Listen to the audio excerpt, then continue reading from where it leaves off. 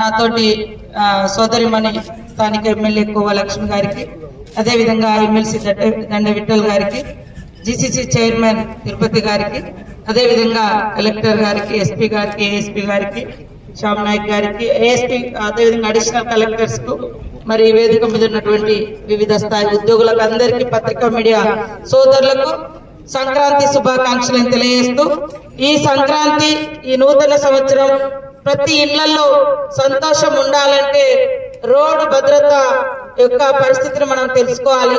మనం రోడ్డు మీదకి వచ్చినప్పుడు భద్రంగా వెహికల్ నడపడం మూలంగా మన జీవితాలతో పాటు మనల్ని నమ్ముకున్న వారు కూడా మరి సురక్షితంగా ఉంటారు. అదే విధంగా రోడ్డు మీదకి వచ్చినటువంటి వాళ్ళ మీదకి కూడా మనం నడిపే వాహనం మీదకి పోయి కూడా ఏ తప్పు లేకున్నా వాళ్ళు కూడా యాక్సిడెంట్లలో మరణిస్తూ ఉంటారు.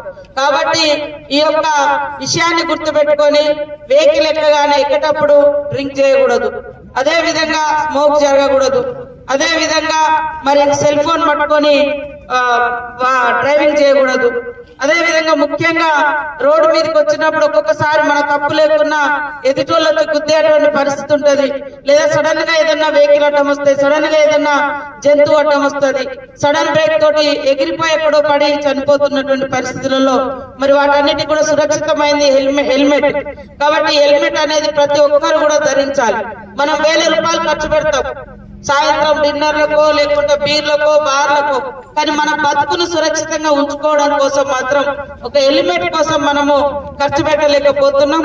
కాబట్టి దయచేసి ప్రతి ఒక్కరు కూడా రోడ్డు మీదకి బైక్ తో వచ్చిరంటే హెల్మెట్ లేకుండా రాకూడదు. అది మన భద్రత, మనకు అవసరం, మన ప్రాణ రక్షణ. అదే విధంగా అతివేగం కూడా అవద్దు. అతివేగం కూడా ఖచ్చితంగా మనం 1 గంట ముందు బయలుదేరినా పర్వాలేదు, కానీ అతివేగం కూడా మన ప్రాణంతో పాటు మనం వేగంగా పోతుంటే మన వెహికల్స్ కు ఇతరుల ప్రాణాలు కూడా బలయ్యేటువంటి పరిస్థితి ఉంటుంది. కాబట్టి ఈ భద్రత మరి జాతీయ రోడ్డు భద్రతా మహోత్సవాల సందర్భంగా సడక్ రక్షణ అభియాన్ యాత్రను ఈ రోజు మనము ప్రారంభించుకోవడం చాలా సంతోషం. ప్రతి ఒక్కరు కూడా ఈ ప్రోగ్రామ్ లో పాల్గొని మరి ఈ రోడ్డు భద్రత వాళ్ళు వేసినటువంటి కరపత్రంలో వివిధ అంశాలు దాదాపుగా 27 ఉన్నాయి. వాటన్నింటిని కూడా చదవండి, తప్పకుండా అందరికి సురక్షితంగా ఉంటాం. కలెక్టర్ గారు ఇందాక చెప్పారు, దాదాపుగా ఈ జిల్లాలో 200 మంది 213 మంది గత సంవత్సరం నుంచి, అంటే లాస్ట్ ఇయర్ మొత్తం చనిపోయారు. మనోళ్ళు సరిగా డ్రైవింగ్ రాదు కానీ బైక్ పట్టుకొని ఎక్కుతారు, దాని మీద 3 ఎక్కుతారు.